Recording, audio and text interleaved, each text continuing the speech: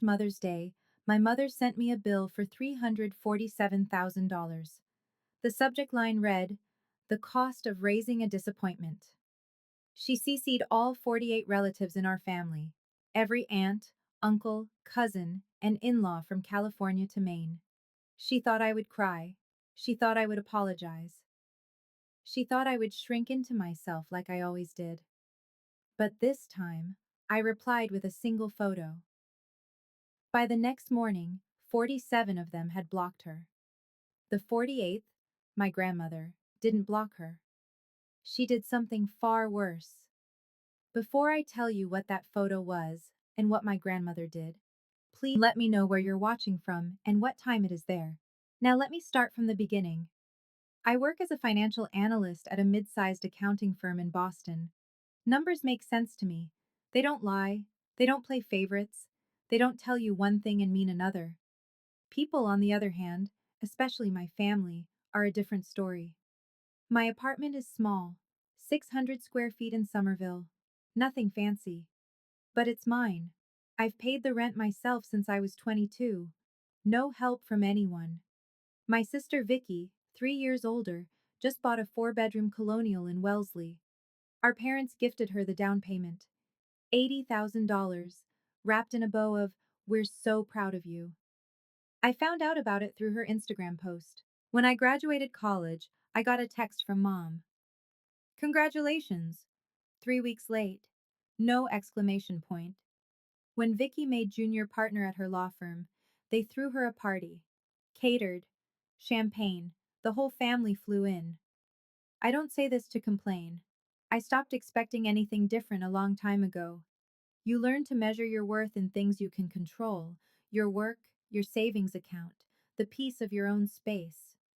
Marcus, my boyfriend of 2 years, asks me sometimes why I still go to family gatherings, why I still pick it off me like water. I never have a good answer. Maybe part of me kept hoping. Maybe part of me thought if I just tried harder, stayed quieter, caused less trouble, she'd finally look at me the way she looks at Vicky. Working in finance taught me one important lesson: numbers don't lie. People do. I just didn't know how much my mother had been lying until last year. The pattern started long before I could name it. My college graduation, 2019. I walked across the stage at Boston University, magna cum laude, finance degree in hand. I searched the crowd for my family. Dad was there, smiling, waving. The seat next to him was empty. Mom had gotten sick that morning. A migraine, she said. Too severe to make the 2-hour drive. 1 week later, she flew to New York for Vicky's firm award ceremony. Posted 12 photos on Facebook. "So proud of my brilliant lawyer daughter." I liked the post. That's what you do. Growing up, Vicky was our future attorney. I was the difficult one. Vicky got praise for her grades. I got questions about why mine weren't higher. Vicky's achievements were celebrated. Mine were expected, or overlooked. Dad tried, in his quiet way. He'd pat my shoulder after Mom's sharp say, "She just has a harder time expressing it with you." I used to believe him. When it came time for college, both Vicky and I were supposed to have education funds. Grandma and Grandpa had set them up when we were kids.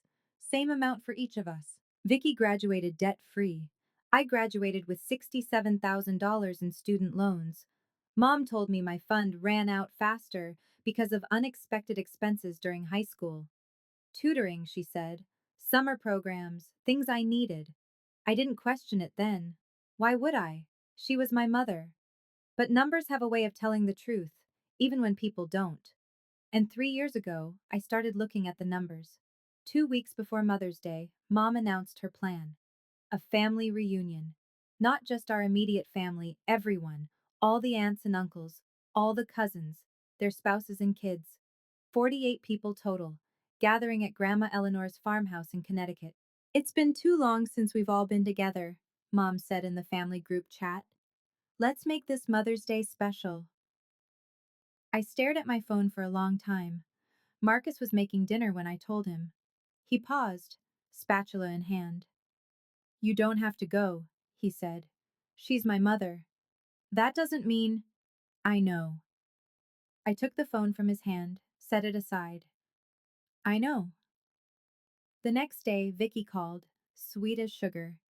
Hey, so you're coming early to help set up, right? Like usual? Like usual. Meaning, I arrive at dawn to cook and clean while she shows up at noon with an expensive bottle of wine and a designer dress. Sure, I said, like usual. After we hung up, I sat at my laptop. There's a folder I keep buried 3 levels deep. I named it Insurance. Just a word, just a precaution. I hadn't opened it in months. That night, I opened it. 3 files inside, a screenshot, a PDF, a spreadsheet. I'd been collecting these for 3 years, ever since I stumbled across something I wasn't supposed to see. I told myself I was keeping them just in case, that I'd probably never use them. I closed the laptop and went to bed, but I couldn't sleep. Something about the way Mom announced this gathering, the size of it, the timing, the way she'd insisted everyone attend, felt like the setup to something. I just didn't know I was the punchline. Mother's Day morning. I arrived at Grandma Eleanor's farmhouse at 7. The sun was barely up. Dew clung to the grass. The old white colonial looked the same as it always had. Wraparound porch, blue shutters, the kind of house that holds generations of memories. Not all of them good. I spent the next 4 hours cooking, cleaning, arranging flowers, setting the long table in the dining room with the good china. 48 place settings, 48 cloth napkins, 48 chances for something to go wrong. Vicky arrived at 11:30. She swept in wearing a cream silk dress, carrying a bouquet of peonies that probably cost more than my monthly grocery budget. She kissed Mom on both cheeks. She complimented the decorations, the ones I'd put up. Everything looks perfect, she said to Mom. You outdid yourself. Mom smiled. I had a little help. She didn't look at me when she said it. By noon, the house was full. Aunts and uncles I saw once a year, cousins I barely knew, their kids running through the hallways, noise and laughter, and the smell of the roast I'd been preparing since dawn. Mom moved through the crowd like a queen, accepting hugs, accepting compliments, accepting the spotlight. I stayed near the kitchen. During the family photo, Mom positioned everyone on the porch steps. She placed Vicky right beside her. When I stepped forward, she glanced at me. Bianca, honey, stand in the back. You're taller. You'll block everyone. I stood in the back. That's when Grandma Eleanor appeared beside me. She squeezed my elbow. Her grip was firm for a 78-year-old woman. Whatever happens today, she said quietly, hold your ground. You hear me? I didn't understand. Not yet. The toast began after lunch. Uncle Robert went first, raising his glass to the heart of our family. Aunt Patricia followed with tears in her eyes about sisterhood. Cousin after cousin stood up, praising mothers, praising Mom specifically, praising the woman who sacrificed everything. I stayed quiet. I'd learned long ago that my voice wasn't wanted in these moments. Then Mom stood up. She smoothed her lavender dress. She picked up her wine glass. The room fell silent with practiced reverence. Thank you all for being here, she began. Her voice carried that warm, practiced tone, the one she used for audiences. Being a mother is the most rewarding job in the world, but also the hardest. Murmurs of agreement rippled through the room. I've been blessed with 2 daughters, 2 very different daughters. She paused, letting the weight of the words settle. One who has made me proud every single day, and one who has tested me. Eyes shifted toward me. I felt them like heat. I've thought long and hard about how to express what motherhood really means, the sacrifices we make, the costs we bear. She reached into her pocket and pulled out her phone. So, I've prepared something special. A gift, you might say, for all of you, and for one daughter in particular. Her thumb moved across the screen. Around the room, phones began to buzz. Ding after ding after ding. 48 notifications in rapid succession. I want everyone to see exactly what it cost, Mom said, her eyes finding mine, to raise a disappointment. The room went still, and in that silence, I understood what Grandma Eleanor had tried to warn me about. This wasn't a family reunion. This was an execution. 48 phones lit up simultaneously. I watched hands reach for devices, watched faces bend toward screens, watched expressions shift from curiosity to discomfort to shock. The email subject line: the cost of raising a disappointment. The body: an itemized spreadsheet. 28 years of my existence reduced to line items. Hospital birth costs: $12,400. Diapers: first 2 years. $2,800. Childhood clothing: $15,600. Braces: $8,000. Summer camps: $4,500. First car: $12,000. College room and board: $48,000. Cell phone bills: $8,400. On and on it went. $347,000. Mom read selections aloud, her voice carrying across the silent room. Orthodontia: $8,000. Does she ever say thank you? Birthday parties: $1,200 over 18 years. Did she ever appreciate a single one? Someone laughed nervously. Someone else shifted in their chair. I stood frozen by the kitchen doorway, 48 pairs of eyes on me. Some pitying, some entertained, some looking away in discomfort. This is what a thankless child costs, Mom continued. This is what disappointment looks like in dollars and cents. She'd framed a printed copy, literally framed it, in a gilded frame that matched Grandma's decor. She walked to the mantel and hung it above the fireplace, right next to the family portrait. A reminder, she said, turning back to face me. For all of us. The room waited. For me to cry, to apologize, to shrink. I'd done it before. Every family gathering, every holiday, every phone call, I'd swallowed the humiliation and smiled through it. My hands should have been shaking. They weren't. Because buried in my phone was a folder named Insurance, and Mom had just given me permission to open it. For 10 seconds, I didn't move. I let the silence stretch. Let Mom bask in what she thought was victory. Let the room hold its collective breath, waiting for the familiar script. Bianca apologizes. Bianca cries. Bianca makes everyone uncomfortable, and Mom gets to play the long-suffering mother. I'd played that role for 28 years. Not today. My mind flashed through memories. Every Christmas where my gifts were afterthoughts. Every report card that earned criticism instead of praise. Every time I'd said, "I'm sorry," for existing in a way that inconvenienced her. I thought about the nights I'd spent in my apartment, staring at credit reports I couldn't understand.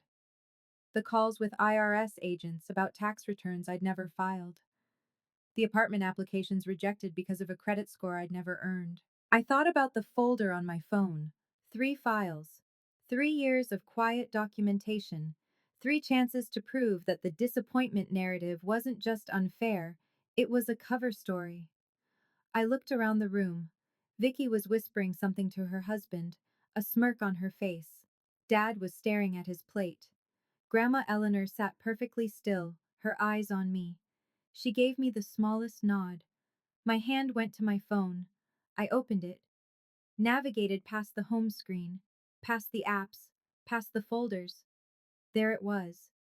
Insurance. 3 files inside. A screenshot, a PDF, a spreadsheet. My heart was calm. My breath was steady. "Mom?" I said. My voice cut through the silence like a blade. "Since we're sharing numbers today, I have some of my own." The smirk on her face flickered. "What are you doing?" she asked. I smiled. The first genuine smile I'd worn all day. Balancing the books. I walked toward the center of the room. Every step echoed against the hardwood floor. Conversations had died completely. Even the children in the hallway had gone quiet, sensing something in the air. "Keep your phones handy," I said. My voice was steady, professional, the same tone I used in client presentations. Because I'm about to send you something too. Bianca. Mom's tone had shifted, a warning edge. This isn't the time. Actually, it's the perfect time. I stopped beside her, close enough to see the mascara she'd carefully applied, close enough to see the first flicker of fear beneath her confidence. You calculated what I cost you, Mom. Seems only fair I calculate what you cost me. I opened my email app, selected all 48 family contacts. Bianca, whatever you think you're doing, I'm doing exactly what you taught me. I looked up at her, held her gaze. Showing receipts? I pressed send. The familiar chorus of notification sounds filled the room. Ding, ding, ding. One after another, spreading through the crowd like dominoes falling. Mom's face paled slightly. What did you just send? The truth. I slipped my phone back into my pocket. You have numbers, Mom. I have documents. Movement caught my eye. Grandma Eleanor had risen from her chair, but she wasn't moving to stop this. She was pulling her seat closer. Front row. A few relatives were already opening the email. I saw their expressions change. Confusion first, then something else. Uncle Robert was the first to look up at Mom with a different kind of expression. Linda, he said slowly, what is this? Mom's composure cracked, just for a moment. The performance was about to get interesting. Now, before I show you exactly what was in that email, I have to ask, how many of you have a folder like mine? Evidence you've been collecting, hoping you'd never have to use? Drop a 1 in the. And if you're watching this late at night, unable to sleep because family drama is keeping you up, you're not alone. Okay, back to that dining room. The email contained 3 attachments. I started with the first one. Mom, you charged me for my college education in your little bill. Room and board, textbooks, living expenses. I paused. But here's the thing. I paid for college myself. $67,000 in student loans. Still paying them off. Murmurs rippled through the room. That's because my college fund ran out, right? That's what you told me. I pulled up the PDF on my phone, projecting calm I didn't entirely feel. Except I work in finance now, and I know how to trace money. I turned to face the room. Grandma and Grandpa Harrison set up education trusts for both Vicky and me when we were children. Same amount, $89,000 each. I let that number sink in. Vicky used hers, graduated debt-free. I pointed to the screen showing on my phone. My trust was withdrawn in full on August 3rd, 2016, 1 month before I started college. The money was transferred to an account belonging to Linda Moore. Aunt Patricia's hand went to her mouth. $89,000, I repeated. Gone, into Mom's personal account. 1 week later. I swiped to the next document. She purchased a new Lexus. Cash. That money was for family expenses. Mom's voice rose, defensive. You don't understand. I understand bank records. I kept my voice level. I understand wire transfers. I understand that you stole my college fund and let me drown in debt while you drove a luxury car. Dad stood up slowly from his chair. His face had gone pale. Linda, he said quietly, is this true? Mom opened her mouth to respond, but I wasn't finished yet. That's just the beginning, I said. The room had grown colder somehow. Or maybe it was just the way people were looking at Mom now, with less sympathy, more scrutiny. I opened the second attachment, a spreadsheet. For the past 2 years, I've been getting strange letters from the IRS, audits, notices about discrepancies. At first, I thought it was a mistake. I scrolled through the document. Then I hired a CPA to dig deeper. I turned the phone so people nearby could see the screen. Columns of numbers, dates, filings. From 2018 to 2024, Mom claimed me as a dependent on her federal taxes, 6 consecutive years. Cousin Michael frowned. So? Parents claim their kids all the time. I was 22 in 2018, I said, living in my own apartment, paying my own rent, my own insurance, my own everything. I haven't been anyone's dependent since I was 21. The implication landed. I watched it spread across faces. Each year, she received between $4,000 and $6,000 in tax benefits from claiming me. I did the math out loud. Total, approximately $32,000. Tax fraud using my social security number. That's a federal crime. Uncle George, a retired accountant himself, spoke up, his voice grim. I know. I looked at Mom. I had to hire a CPA to clean up the mess. $3,400 out of my own pocket to fix what you did. Dad's hands were gripping the edge of the table. Linda, you told me Bianca agreed to this arrangement. Richard, stay out of this. But it was too late for that.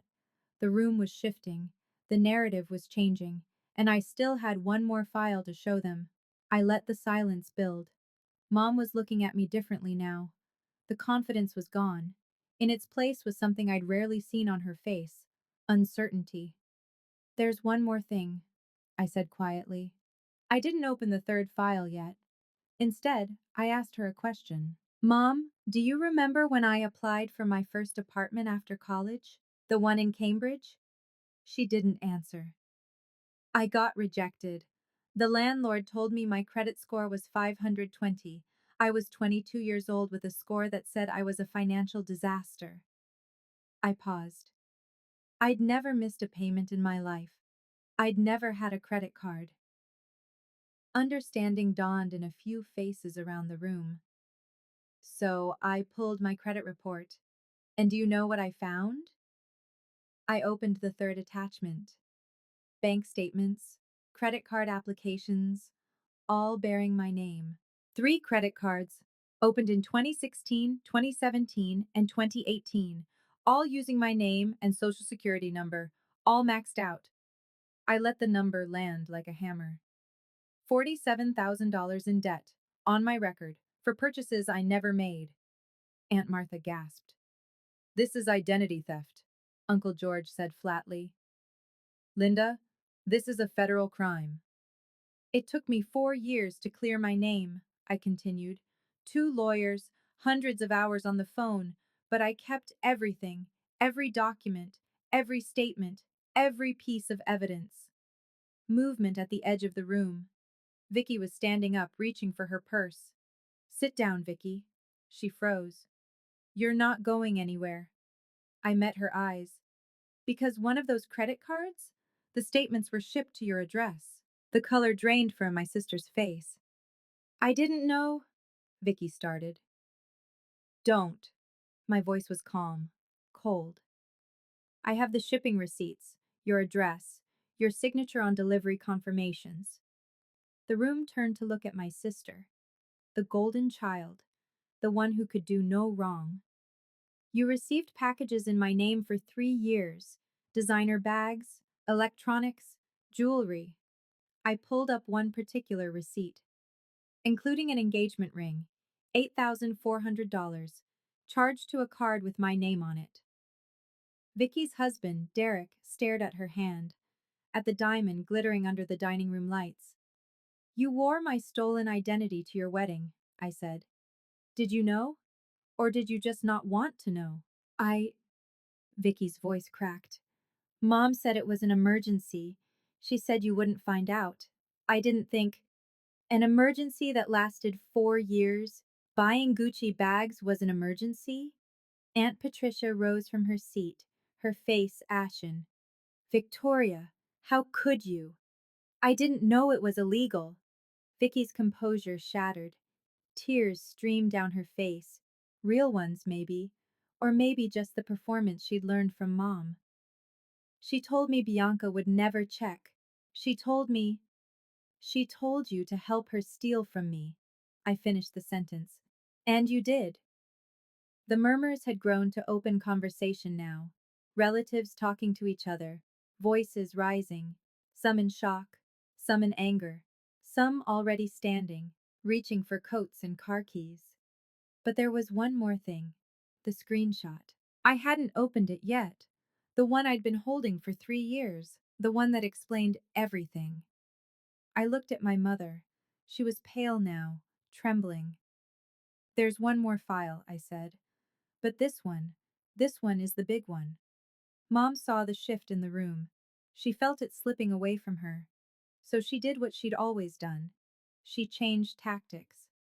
Her shoulders began to shake. Her eyes glistened with tears. She pressed a hand to her chest like she was struggling to breathe. I can't believe this, she said, her voice cracking beautifully. I gave everything to this child. Everything. And this is how she repays me? A few relatives hesitated. Old habits die hard. We're trained from birth to comfort a crying mother. I made mistakes, yes. But I did it for the family. Everything I did was for the family. She reached for Dad's arm. Richard, tell them. Tell them I only wanted what was best for everyone. Dad stood rigid. His jaw worked silently. He didn't move toward her. Mom turned to Grandma Eleanor. Mama, please, say something. You know me. You know I'm not a monster. Grandma Eleanor remained seated. Her face was stone. I'm listening, Linda, she said quietly. I'm listening to everything. Mom's desperation showed now. The performance was cracking at the edges. Fine. Her voice hardened. Something dangerous flickered in her eyes. You want to play this game, Bianca? You want to air dirty laundry in front of everyone? She stepped toward me. Close. Too close. Then let's talk about why, she hissed. Let's talk about why I've treated you differently your whole life. There are things you don't know. Things I've protected you from. A warning. A threat. There are things about you, little girl, that would change everything. She thought she still had leverage. She thought her secret was bigger than mine. She was wrong. You're right, Mom, I said. There is something I don't know, or didn't know, until 3 years ago. Mom's eyes widened slightly, just a fraction. What are you talking about? 3 years ago, I was at Vicky's apartment. She left her phone on the kitchen counter while she went to take a call. A message came through. I kept my voice even. From you. The color was draining from Mom's face now. I wasn't going to read it, but your name was there and the preview showed something I couldn't ignore. Bianca? Her voice was a warning. So I took a screenshot. Don't. And I've had it for 3 years. I pulled up my phone. 3 years of you humiliating me at every holiday, every birthday, every family gathering. 3 years of swallowing your insults and saying nothing. Mom's composure finally cracked. Real fear showed in her eyes. I never used it, I continued. I told myself I never would, that it wasn't my secret to tell, that maybe, you had a reason for being the way you are. Please. The word came out broken. Please, Bianca. Whatever you think you know. I didn't come here today planning to do this. My voice was steady. But you did, Mom. You planned this whole thing. You wanted to humiliate me in front of everyone. You wanted to make me the villain of your story. I held up my phone. So now I'm going to tell the truth. If you ever loved me, Mom started. Loved you? I felt something crack in my chest. I spent my entire life trying to earn your love.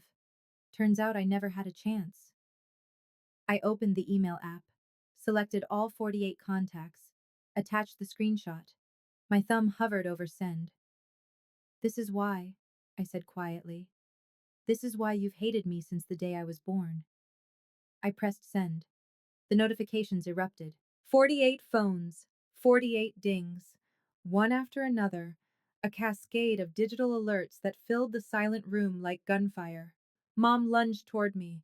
Delete it! Make them delete it! Her voice was ragged, desperate. Uncle Robert caught her arm. Linda, stop! But everyone was already looking, already reading. I watched their faces as the screenshot loaded on their screens. Confusion first, then the slow dawning of comprehension, then shock. Aunt Patricia's hand flew to her mouth. Uncle George sat down heavily. Cousin Michael dropped his phone entirely. The screenshot was a text message from Linda Moore to Victoria Moore, dated July 15th, 2023. It read, This one isn't Richard's biological child. Don't tell anyone. If he finds out, he'll divorce me and I'll lose everything. The room went absolutely still. Then Dad spoke. Linda? His voice was barely a whisper. What is this? Mom was shaking, all the color gone from her face. It's not, I can explain. That's not what it. Is it true? The question hung in the air. 28 years of marriage. 28 years of loving a daughter who might not be his. Mom couldn't speak. It was Vicky, ironic, traitorous Vicky, who confirmed it. It's real, she said quietly.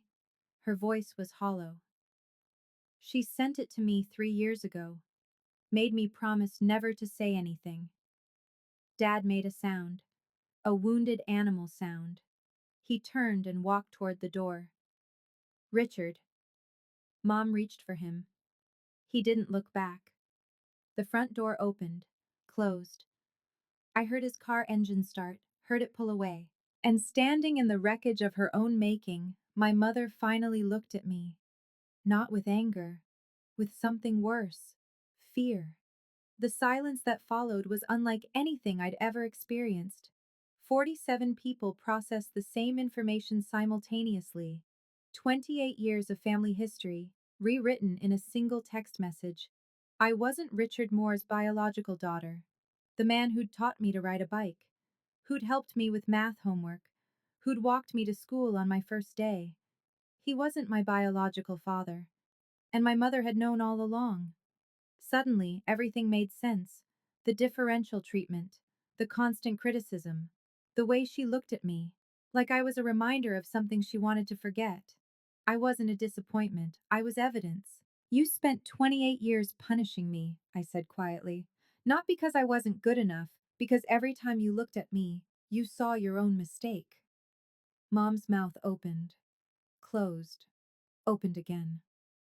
I was 17, she finally said. 17 and stupid. It was one time. I don't care about what happened 29 years ago. My voice was steady. I care about what happened every day after. Every insult, every comparison to Vicky, every time you made me feel worthless. Grandma Eleanor rose from her chair. She moved slowly toward Mom. For a moment, I thought she was going to comfort her daughter. Instead, she stopped 3 feet away and looked at her with an expression I'd never seen before. Disgust. I suspected, Eleanor said quietly. For years I suspected something wasn't right. The way you treated that girl. She shook her head. But I never imagined this. Mama, please. 28 years, Eleanor continued. You lied to everyone. To Richard, to the entire family. She paused. To me. Mom started to cry. Real tears now. I could tell the difference. But no one moved to comfort her. The room fractured. People began moving all at once. Voices overlapped, shocked whispers, angry questions, the scrape of chairs being pushed back. I can't believe this. 28 years of lying. Poor Richard, God, poor Richard. Aunt Patricia grabbed her purse and headed for the door without a word. Uncle George followed, shaking his head. Cousin Beth was already on her phone, probably calling someone who hadn't made it to the reunion. Those who stayed looked at Mom differently now, not with the deference she'd cultivated for decades, with something closer to revulsion. Everything I did for this family, Mom screamed. Her composure was completely gone. Mascara ran down her cheeks in black rivers. I kept us together. I protected everyone from the truth. You protected yourself, Aunt Martha corrected quietly. That's all you ever did, Linda. Around the room, phones were buzzing. The exodus had begun in the family group chat, too. I caught glimpses over shoulders, people leaving the conversation, blocking contacts, typing furious messages. Mom lunged for my phone. Delete it! Make everyone delete it! Uncle Robert and Derek held her back. I stood motionless in the center of it all, watching 28 years of carefully constructed lies collapse in real time. Then I felt a hand on my shoulder. Gentle, warm. Grandma Eleanor. Come with me, she said softly. She guided me through the chaos, past relatives who reached out to touch my arm, past cousins who said things like, I'm so sorry, and I had no idea. We stopped by the front door. Through the glass, I could see the driveway was emptying, cars pulling out one after another. You're still my granddaughter, Eleanor said firmly. Blood or no blood, that doesn't change. I believed her. I found Dad in the parking lot. His car was still there, engine running.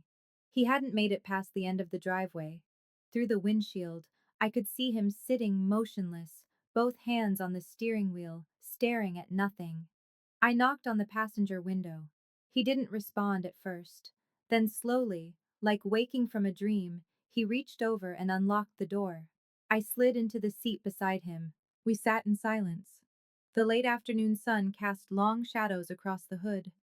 Inside the house, I could still hear muffled voices, arguments, crying. I'm sorry, I finally said. Dad turned to look at me. His eyes were red. Don't, he said. Don't you dare apologize. You didn't do anything wrong. I just, I never wanted to hurt you. He laughed, a broken, painful sound. 28 years, he said. 28 years I've loved you, changed your diapers, taught you how to drive, helped you move into your dorm. His voice cracked. DNA doesn't change that. I felt tears prick my eyes, the first ones all day. You're still my dad, and you're still my daughter. He reached over and squeezed my hand. That's the only thing I'm sure of right now. Whatever else happens, that doesn't change.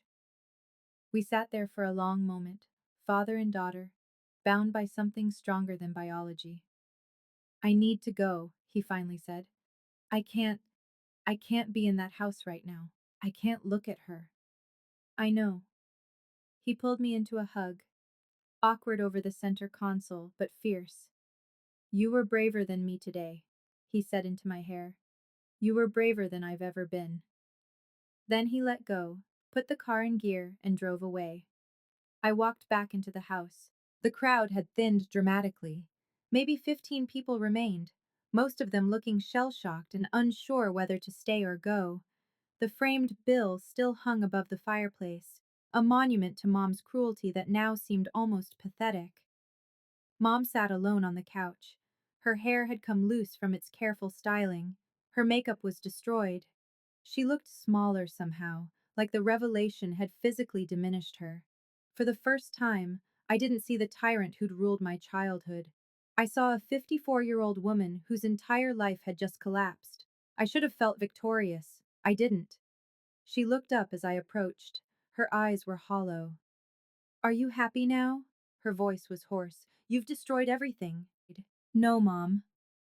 I sat down in the chair across from her. You did that. 28 years ago. I just stopped helping you hide it. A sob escaped her, raw and ugly. I was 17, she said again. I was so scared. When I realized I was pregnant, and it might not be Richard's, I panicked. I thought if I just never told anyone.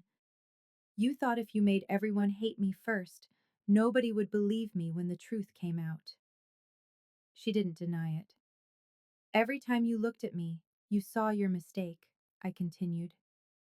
So you spent almost 3 decades trying to make me disappear, make me the problem, the disappointment, the one nobody would miss if I just stopped showing up. Mom covered her face with her hands. I didn't know how else to protect myself, she whispered. By destroying me? She had no answer to that. Nobody ever does. I didn't raise my voice.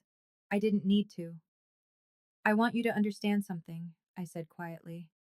I didn't do this to destroy you. I did it because I needed the truth. 48 people needed to know I'm not the disappointment you made me out to be. Mom looked up.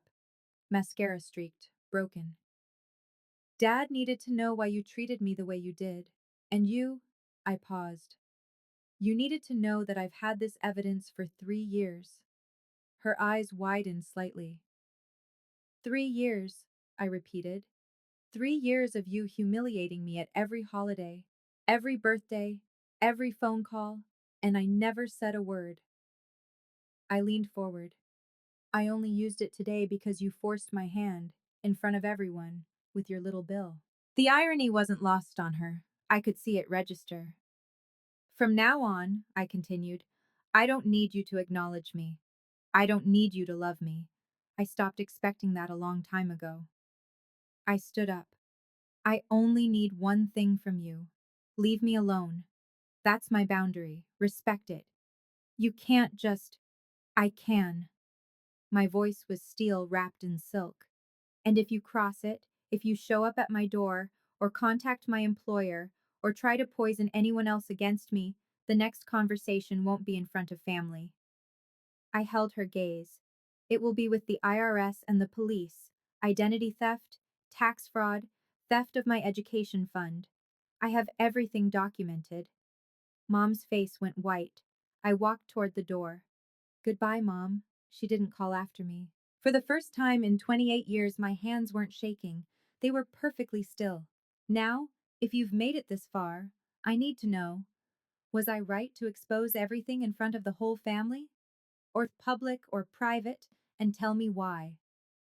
Also, can we talk about Grandma Eleanor for a second? She's been suspiciously calm this whole time, and what she did next changed everything. But first, if this story is hitting different for you, subscribe. We're not done yet. Back to that night.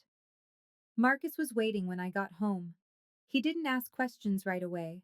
He just pulled me into a hug that lasted 3 full minutes, then made me tea and sat beside me on the couch.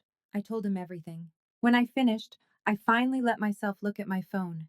I'd been avoiding it on the drive home. The notifications were overwhelming. The family group chat was chaos. Message after message, people sharing their shock, their anger, their sudden clarity about years of witnessing Mom's behavior and never questioning it. And then the blocks started showing. One by one, family members were removing Linda Moore from their contacts, leaving group chats, unfollowing on social media. By midnight, I counted 47. Private messages flooded my inbox. I had no idea. I'm so sorry for never stepping in. Aunt Martha. You were so brave today. I wish I had half your courage. Cousin Beth.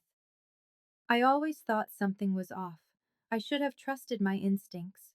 Uncle George. The one that made me cry came from Aunt Patricia, Mom's own sister. I failed you, sweetheart. For 28 years, I watched and said nothing. That ends today. I scrolled through each message, each apology, each expression of support that came decades too late, but still mattered. Marcus pointed at my screen. What about the 48th person? Your grandma? I checked. No block from Eleanor, but there was a text. Sent at 11:47 p.m. I need to see you tomorrow. 9 a.m. My house. Come alone. I stared at those words. Something was happening. Something beyond the immediate fallout. Whatever Grandma Eleanor was planning, she'd clearly been thinking about it since the moment that screenshot appeared on everyone's phones, maybe even before. Maybe Grandma Eleanor's farmhouse looked different in the morning light. Quieter. Emptier. The remnants of yesterday's chaos had been cleaned away. The tables cleared, the chairs returned to their places, the framed bill notably absent from the mantel. The front door was open. I walked through the familiar hallway to the study at the back of the house. Grandma Eleanor sat behind her oak desk. Papers were spread in front of her, official-looking documents covered in dense paragraphs and signatures. She wasn't alone. A man in a gray suit stood beside her. I recognized him. Thomas Jameson, the family's estate attorney. I'd met him once at Grandpa's funeral. Sit down, dear, Grandma said. I took the chair across from her. My heart was beating faster than I wanted it to. I didn't block your mother, Eleanor said directly. Do you want to know why? Yes, because blocking her would have been a kindness. Her voice was iron. What I did instead is permanent. She slid a document across the desk toward me. At 2:17 this morning, I called Thomas, woke him from a dead sleep. By 4 a.m., we had finalized new paperwork. She tapped the document. My will has been changed. I looked at the paper. Legal language swam before my eyes. I don't understand. Your mother was originally set to receive 35% of my estate. That's been reduced to 5%. Eleanor's eyes met mine. Just enough that she can't challenge it on grounds of being completely disinherited. My breath caught. Your share has increased from 10% to 30%. She paused. Your father's portion remains the same. He's a victim in this too. Grandma, I wasn't expecting. I know. Her voice softened. That's precisely why you deserve it. Thomas Jameson cleared his throat. For clarity, Mrs. Harrison has redistributed her estate as follows. Thank you, Thomas. I'll explain. Grandma Eleanor took the document back. This isn't about punishment. This is about justice. She stood and walked to the window, looking out over the property, acres of Connecticut farmland that had been in our family for 3 generations. I started suspecting something was wrong years ago, she said quietly. The way Linda treated you, the excuses, the favoritism so blatant it made me uncomfortable. She turned back to face me. When your grandfather was alive, we tried to intervene. We set up that education trust specifically because we worried Linda would manage things poorly. Her expression darkened. We never imagined she'd steal from her own child. You couldn't have known. I should have looked harder. Eleanor's voice cracked just slightly. I should have asked more questions. When you graduated with all that debt, I offered to help, but Linda told me you refused. Said you wanted to prove you could do it yourself. My jaw tightened. Another lie, another manipulation. I believed her. Eleanor shook her head. I won't make that mistake again. She reached into her desk drawer and pulled out an envelope, cream-colored, thick. My name was written on it in her careful handwriting. This is the graduation gift I tried to give you 6 years ago. Linda intercepted it. Told me you didn't want it. I opened the envelope. Inside was a check for $50,000, dated 2020, and beneath it, a handwritten letter. To my granddaughter Bianca, may your future be brighter than anyone expects. You've always been special. Don't let anyone tell you otherwise. Love, Grandma Eleanor. The tears came before I could stop them. I was walking to my car when Vicky appeared. She must have been waiting outside, watching for me to leave. Her face was puffy from crying. No makeup, hair pulled back in a messy ponytail. She looked more human than I'd seen her in years. Bianca, wait. I stopped but didn't turn around. Please, she said. Just 2 minutes. I turned, waited. Vicky took a shaky breath. I know I don't deserve anything from you. I know that. You're right. You don't. But I need you to understand. She struggled with the words. I didn't know about the credit cards. Not at first. When I found out, I should have said something. I should have stopped it. But you didn't. No. Her voice broke. I was scared. I was so scared of becoming you.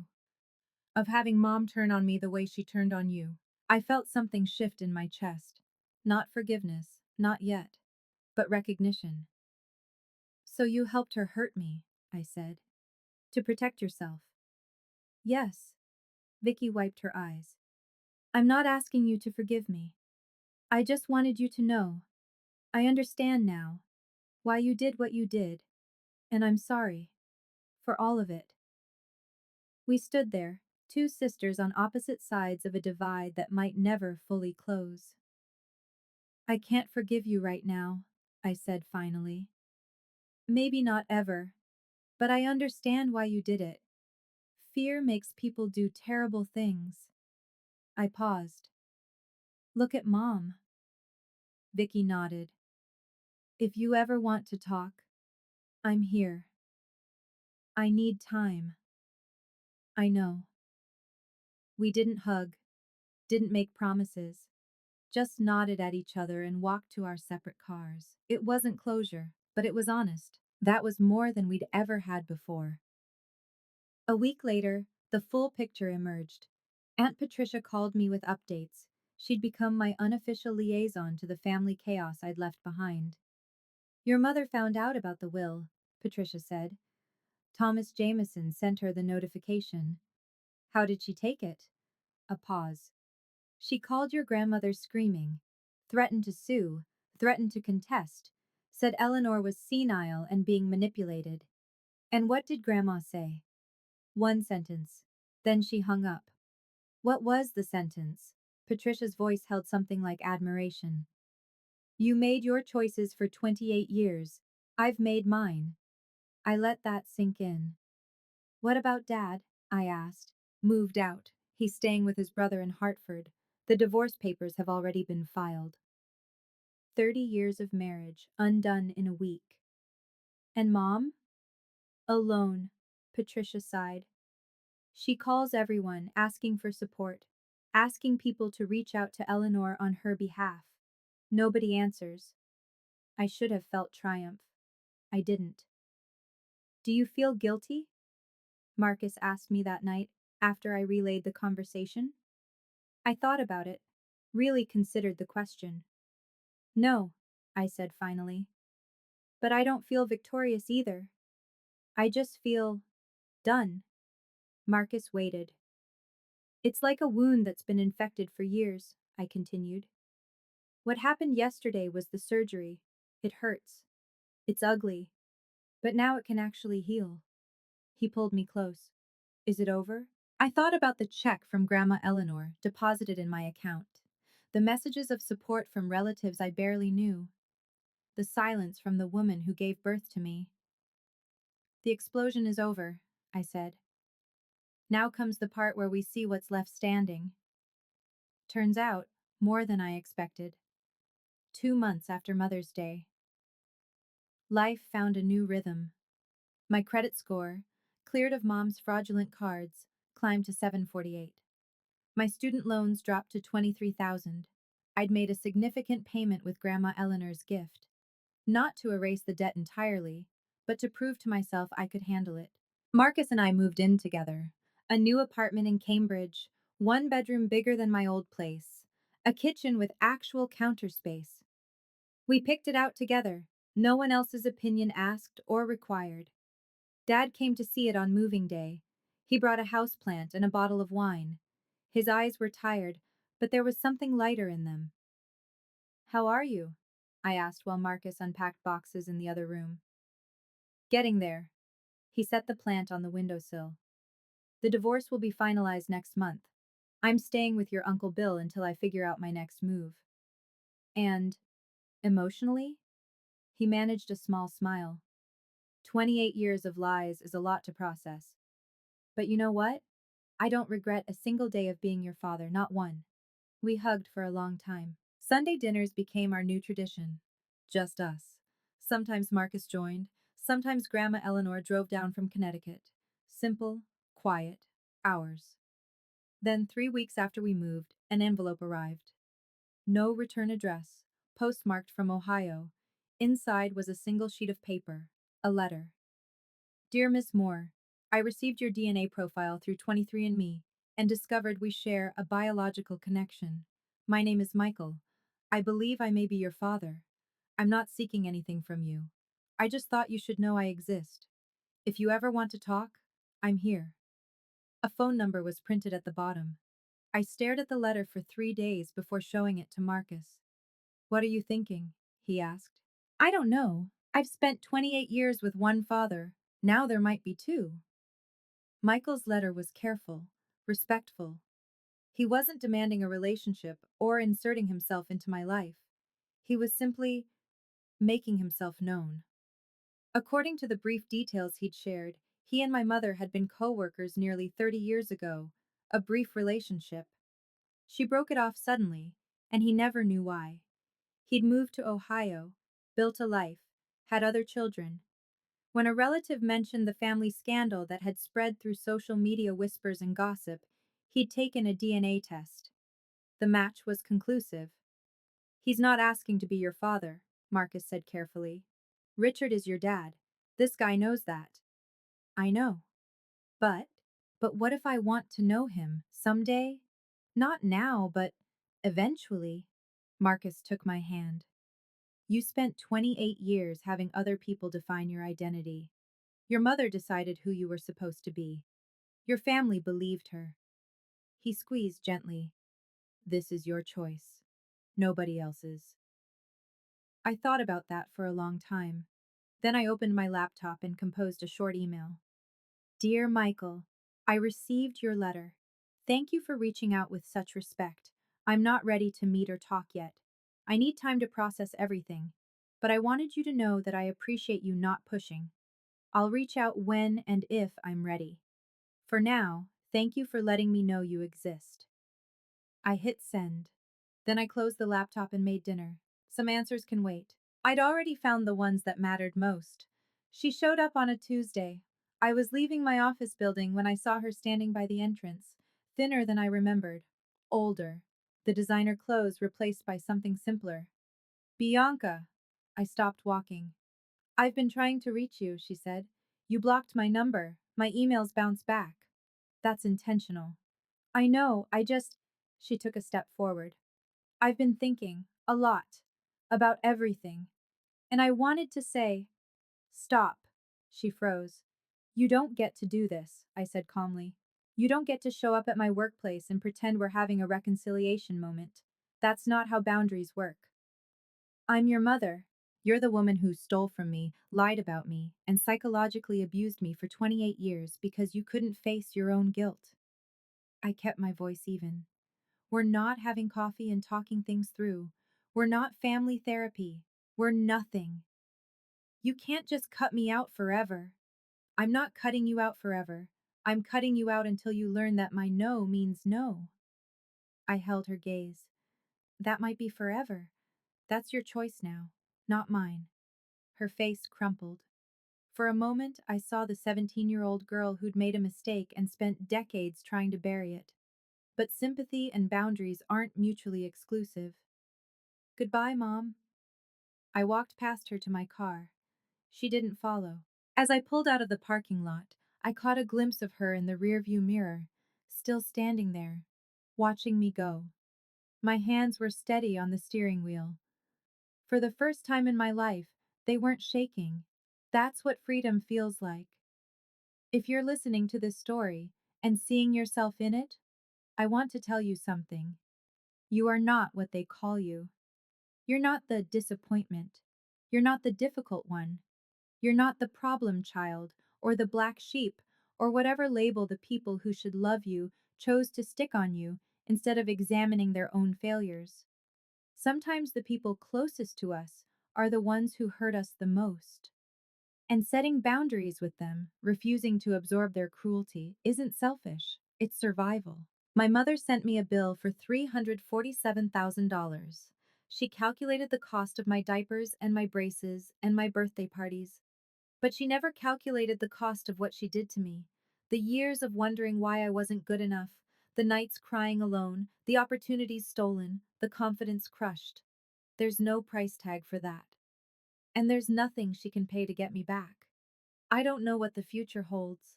Maybe someday I'll speak to her again. Maybe I won't. But for the first time in my life, that's my choice, not hers. Dad and I have dinner every Sunday. Grandma Eleanor calls every Wednesday. I'm slowly rebuilding connections with cousins and aunts who finally see me clearly. And Marcus? He asked me last week if I wanted to look at engagement rings. I said yes. Life goes on. Different. Better. Mine. So if you're out there, trapped in your own version of this story, know that there's another side. Know that truth has power. Know that boundaries are bridges to freedom. You are worth more than the people who failed to love you. I'm Bianca Moore, and my bill is paid in full. Thank you for staying with me through this story. If any part of it resonated with you, if you've ever felt like that, tell me your story. Sometimes just saying me too is enough. And if you want more stories like this, about family drama, about justice, about finding your voice, check out the videos in the description. There's a whole playlist waiting for you. Remember, your worth is not determined by those who failed to see it. I'm